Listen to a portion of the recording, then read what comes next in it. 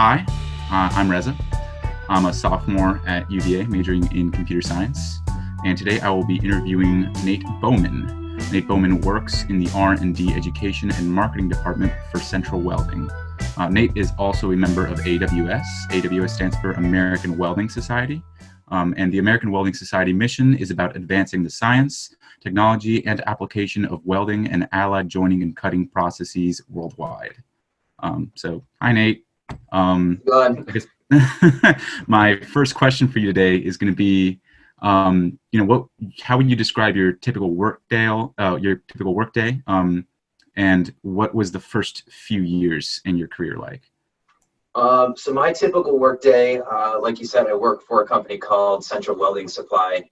My main job for them is to solve customers' welding problems. So we have around 35,000 customers. Are not necessarily all welding companies that manufacture or repair or whatever, but we have about 35,000 customers.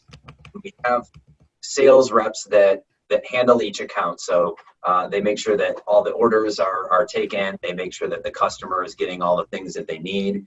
And they also help customers solve problems. So where I come in is when a customer has a technical welding problem, whether it's a procedure development, a weld failure, maybe they're looking at a new piece of equipment or something like that. So I'll get called in to help assist a customer make a selection on a piece of equipment, do welding training, help them kind of understand the certification process, do procedure development.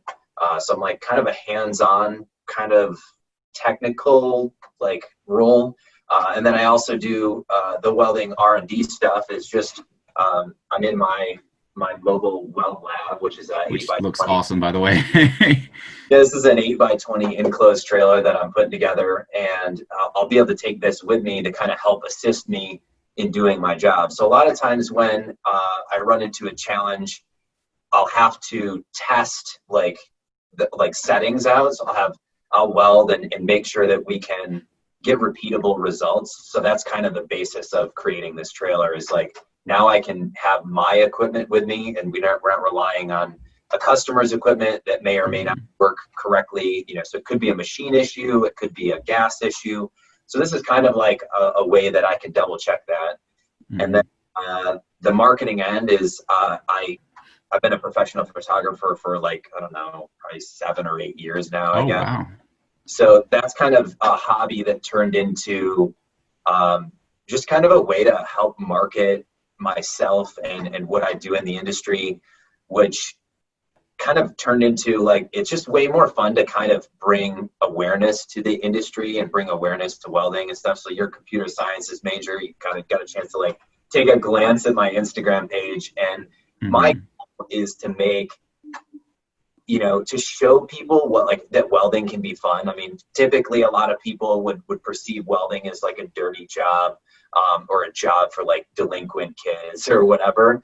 But clearly I'm having a good time doing this, and I would really like for other people to have a great time. College is not for everybody. I mean, maybe not right after high school, but sometimes it's good for people to go and take a break and maybe work or something.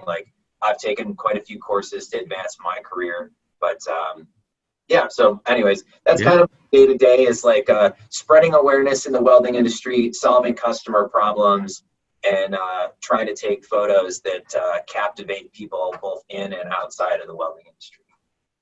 So you were mentioning something about taking a few courses and expanding your craft. Which ones, high school courses or otherwise, would have you found to be the most applicable to what you're doing right now? Okay. Or what courses do you also maybe wish you would? Yeah, go ahead. That takes me back to the other part of that question too, is the first portion of my career started, I've been welding for about 17 years now, and I'm 30. Wow. So I started when I was 15 in a high school welding program.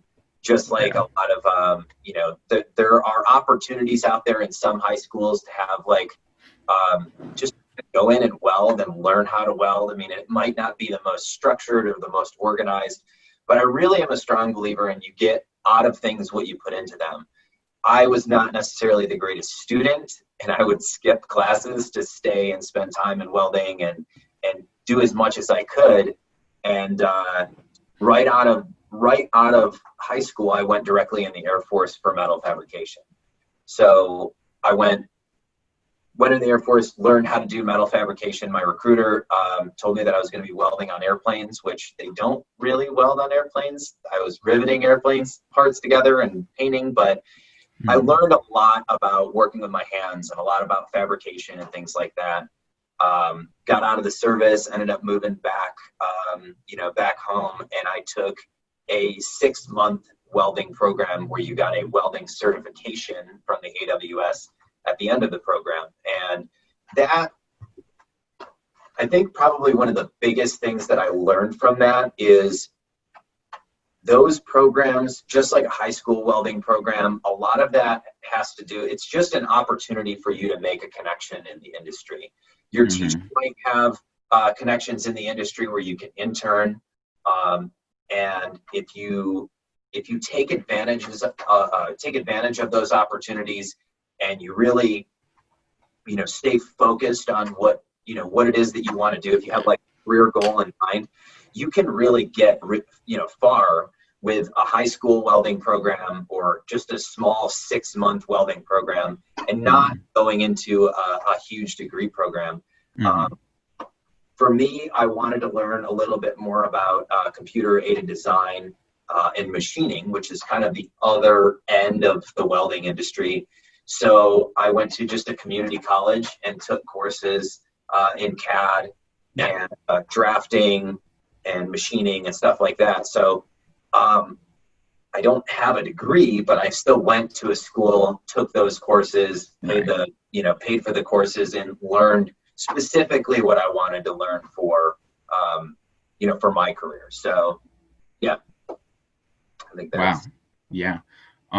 Did you do any like apprenticeships or internships in your career? Yeah. I trying to think where I ended up doing it. My first welding job actually was an internship. Yeah. And I was getting paid, it was a paid internship. I was getting paid $10 an hour. And I was supposed to only be working part-time, but I was working like 60 hours a week. Wow. So that was where it started out. Yeah, I was working for this company.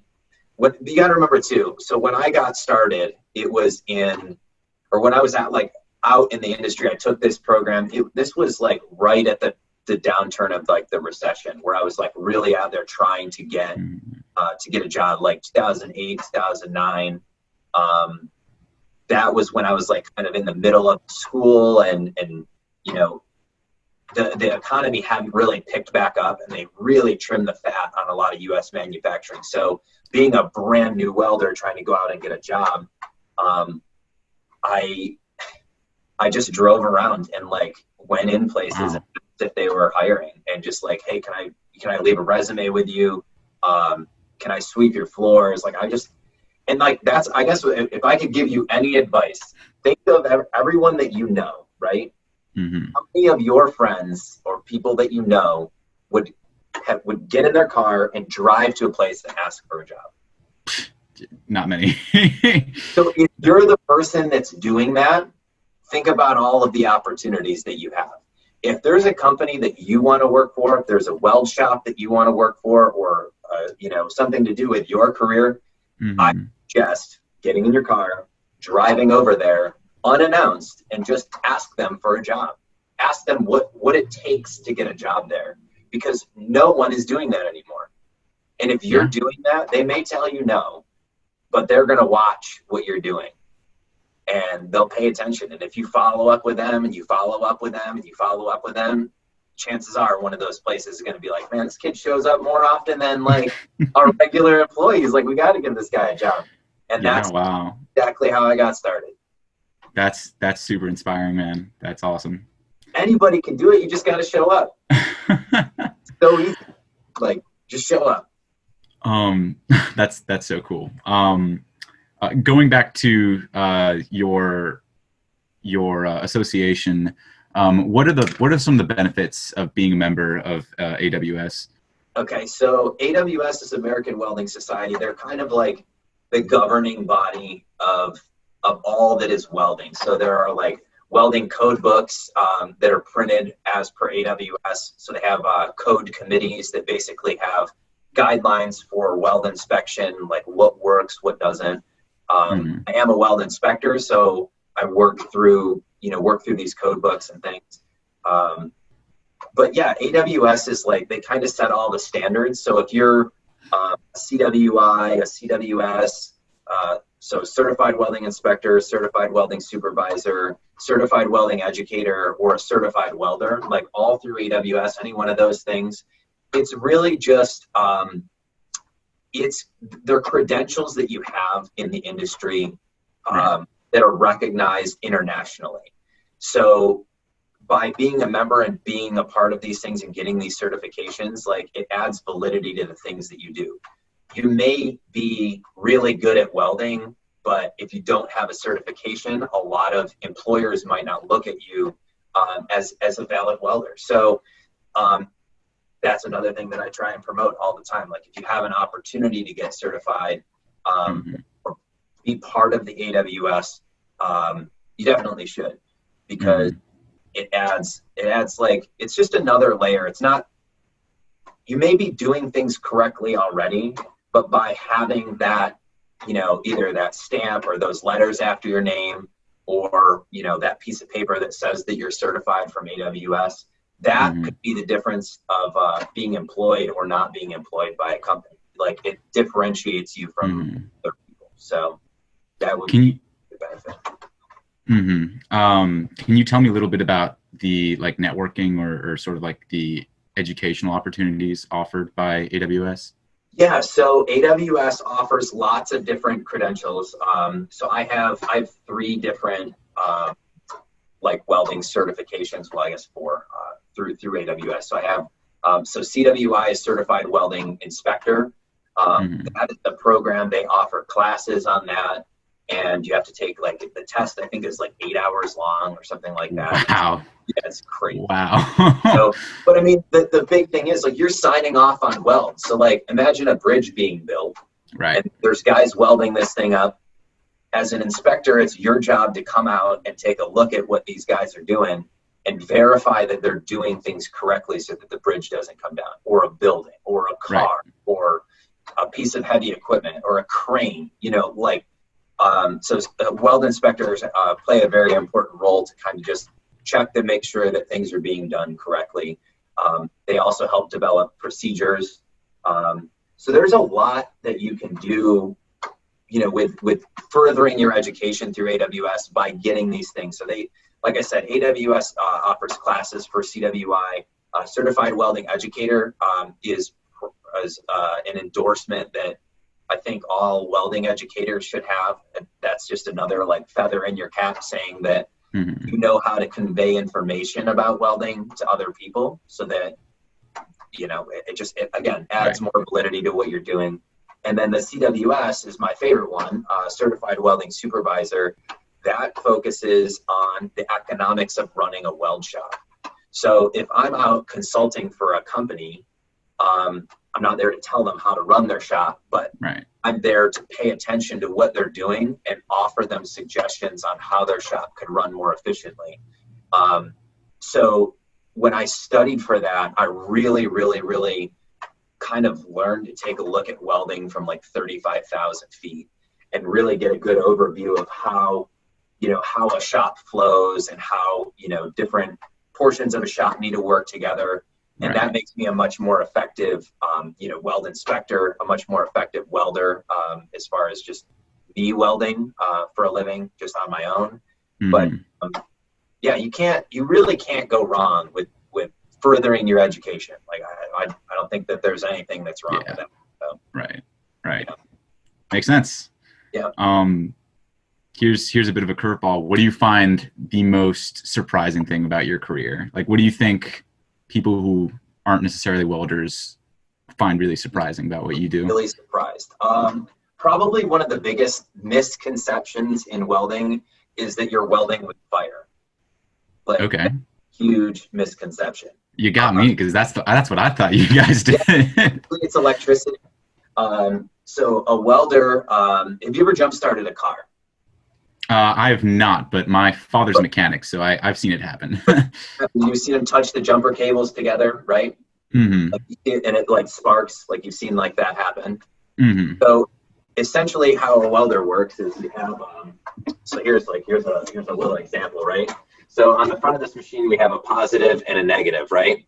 Mm-hmm. And what we're doing is we're taking an arc and we're putting that arc between the positive and the negative, and we're going to melt wire in between that. So we're using that arc jump between a grounded object and then the positive, which is typically where your electrode is. And that little electrical jump causes resistance in the part, and it causes heat. And that heat is what melts, like if you're welding two pieces of metal together, you have a weld puddle. So you have part of this material plus part of this material plus your filler metal in the puddle. And that's how you weld. It's welding with electricity, and it's not necessarily fire. So with a lot of people see like a blowtorch or a cutting torch or a welding torch or whatever, and you're literally, if you were to weld with that, you're melting the metal like all together into a puddle, and then it has to solidify. So it's not, I mean, you can weld with fire, but you have to get really, really, really hot. Wow. But yeah, that's a big misconception. It's like welding is not necessarily fire. It's electricity. That's super cool. Yeah, you got me. You learn something new every day. Welding is science. It is like it's like a recipe. Like we can measure the things that are happening. We can measure the amount of electricity that's flowing in. We can the amount of heat that's being put into a part. All of that stuff. So it seems like kind of voodoo, whatever, but it's very, very, very much able to be measured and controlled. Yeah, cool. So Nate, is there anything else you would want to add to like help someone who's considering this occupation? I would say dial everything in. Dial in your Instagram. Get rid of all the photos of you with a red Solo cup.